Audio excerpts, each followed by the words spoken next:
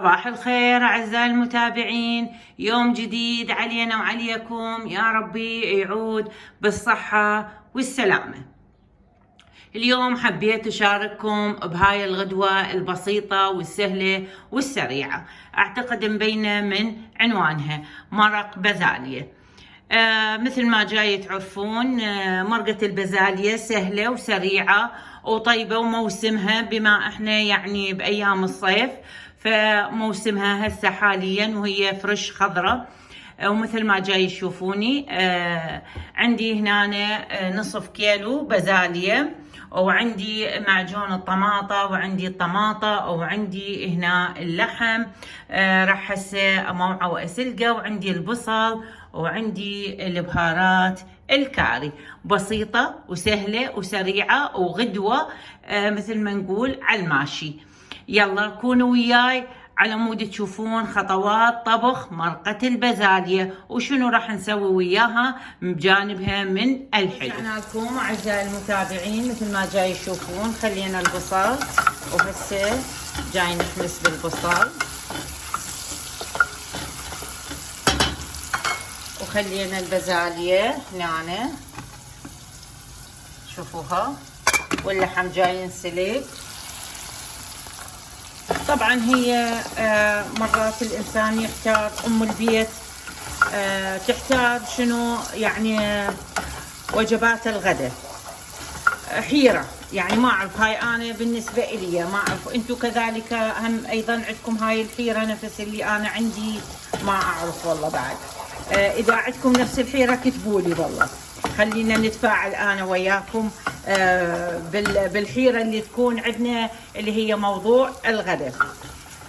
طبعا شنو يومية، اليوم مثلا نطبق لحم، او مثلا نسوي تبسي باذنجان، او مثلا مرقة بامية، او مثلا نطبق دجاج، او مقلوبة، او مثلا دولمة بجانبها شيء، مثلا نوع من انواع المرق او المحاشي.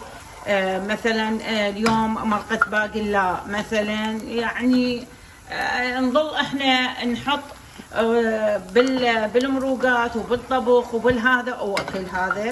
وهم قالوا انتو شو مسوين هذا كله، ويقولون شو مسوين انتو؟ بالله عليكم احنا النساء نتعب، الامهات نتعب ونطبخ ونوقف على الطباخ ويقولون شو مسوين.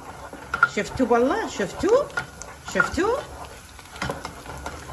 هسه مثل ما جاي يشوفون نظل نحمس احنا بالبصل لحد ما يوصل، شوفوا لونه يصير اشقر ذهبي، يصير يوصل للمرحله اللي احنا نريدها، اللي هو يكون اشقر يعني ذهبي يكون لونه تمام.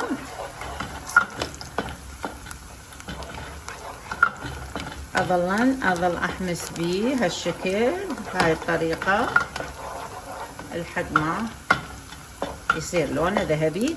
هسه ورا ما يصير لونه ذهبي، على مود لا يطول عليكم الفيديو، احطن عليه البهارات واحمس وياه اللحم.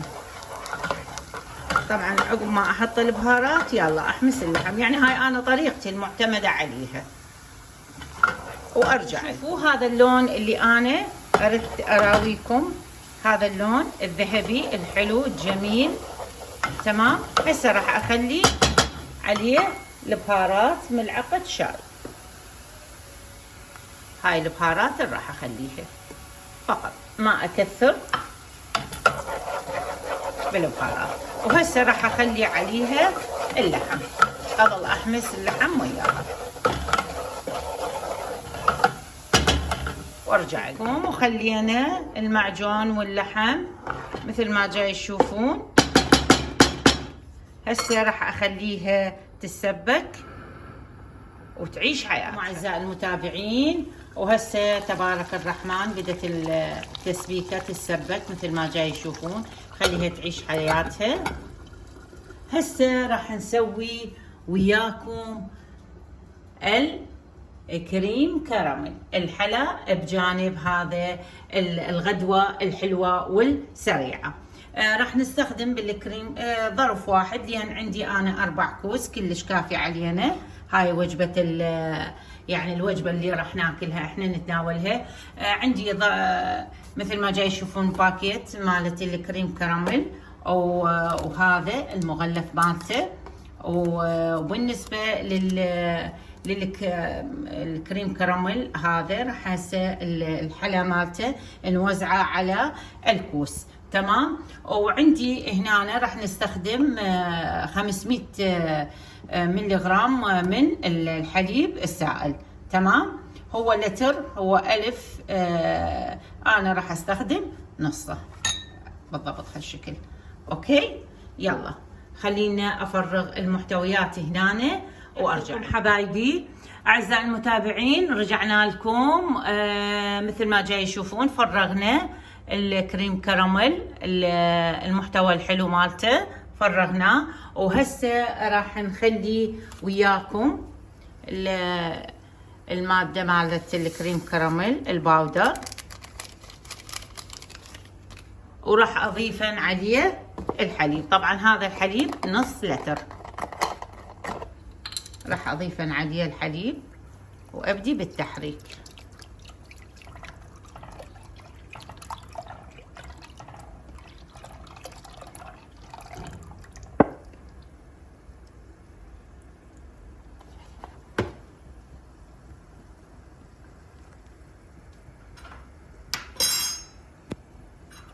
وابدي هسه احركه لحد ما بس يفور، يعني يغلي غلوة واحدة، واطفي عليه واصبه بالكاسات. كل شي ما رايد له، شي بسيط وسهل وسريع جدا جدا الى الغاية.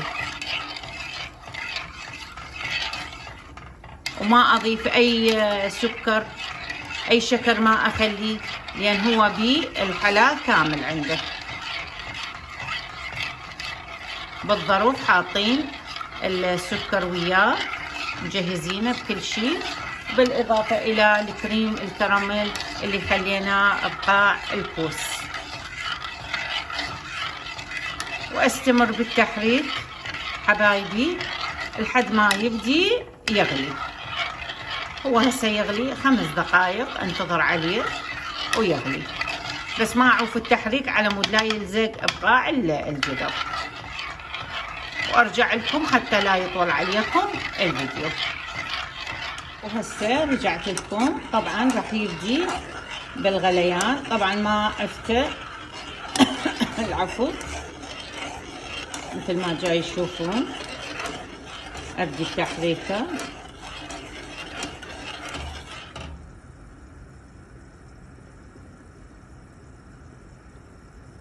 بدا هو راح يغلي، اذا جاي تشوفون الجوانب بالضبط.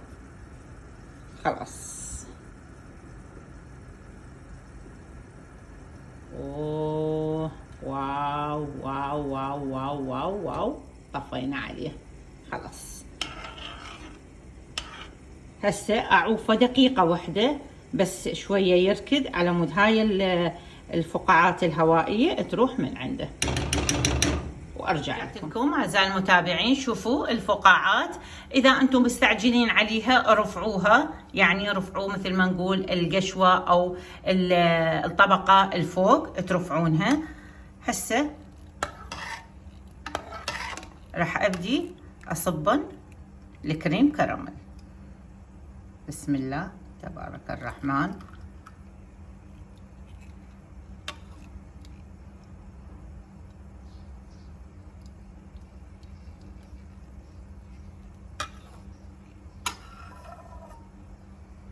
هاي الطريقة.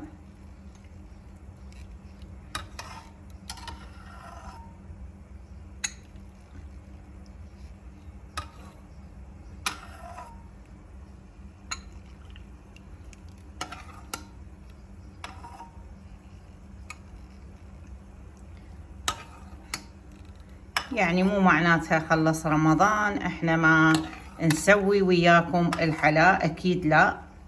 يوم كاستر، يوم محلبي، يوم زنود الست، يوم نسوي كريم كراميل،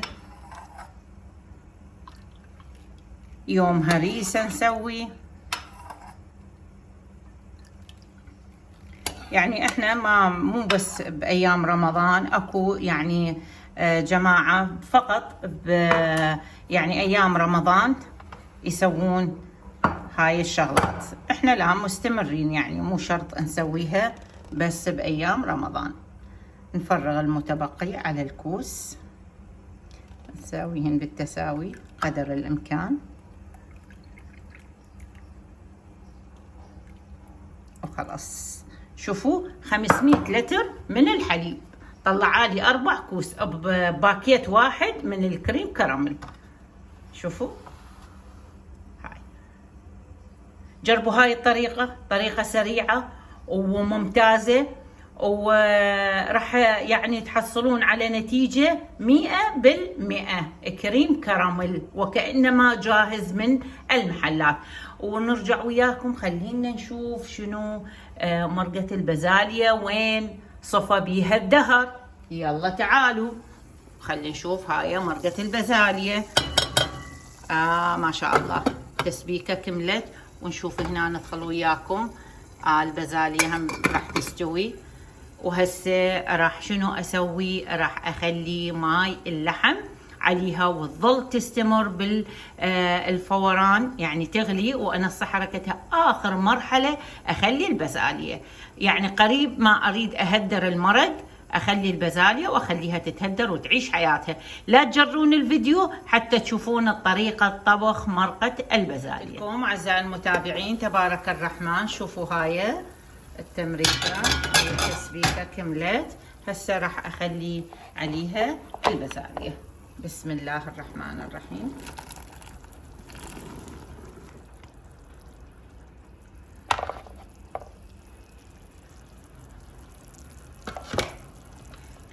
هسه اخليها هسه بس تفور فورة وحدة، واخليها على العين الصغيرونة مالت النار، او اوطي النار عليها. مجرد ما بس هسه تغلي غلوة غلوتين وارجع لكم. رجعنا لكم وخليناها على العين الصغيرة وخليناها تسبك براحتها، او بمعنى الاصح بلغة اهل العراق خليناها تتهدر المرقة. تمام، وارجع لكم. رجعنا لكم اعزائي المتابعين، وهذا التمن راح نطبخه مثل ما جاي تشوفون. حطينا الزيت وشوي يعني مثل ما يقولون حمى او احترق، ما احترق كلش يعني. وهاي ملعقة الملح مثل ما جاي تشوفون. وهسه راح اخلي عليه الماي المغلي او الماي الفاير.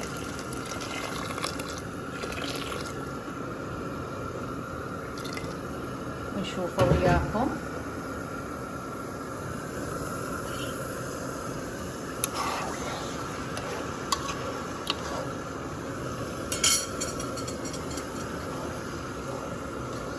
وهسه نخليه يعيش حياته.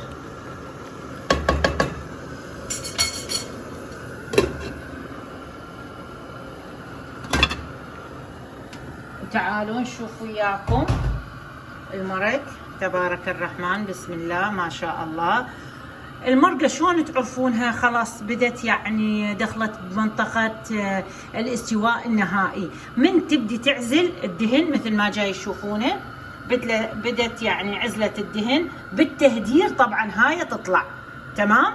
اذا تقولون المرقة مالتنا خلاص انتهت واستوت، نطفي عليها. اوكي يلا حبايبي، وهسه راح نرجع وياكم نسوي الزلاطه والمقبلات هذا التمن. اعزائي المتابعين شوفوا تبارك الرحمن بدا يتهدر وراح نخليه يعيش. رجعنا لكم اعزائي المتابعين، خلينا نشوف التمن وياكم. تبارك الرحمن ما شاء الله، شوفوا حبه بحبايتها. وهسه راح نصب الغداء.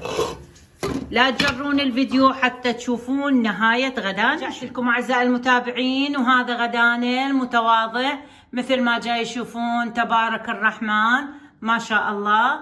هذا غدانا، وهاي المرقة البازاليا، وشفتوا الطريقة شلون طبختها تمام. وهذا الكريم كراميل اذا واضح عندكم، شوفوا هذا الكريم كراميل طبعا هو ينقلب تمام. والف عافيه على راح يجرب طريقتي ويقول لي شنو رأيه بهاي الطريقة اللي هي مرقة البازالية.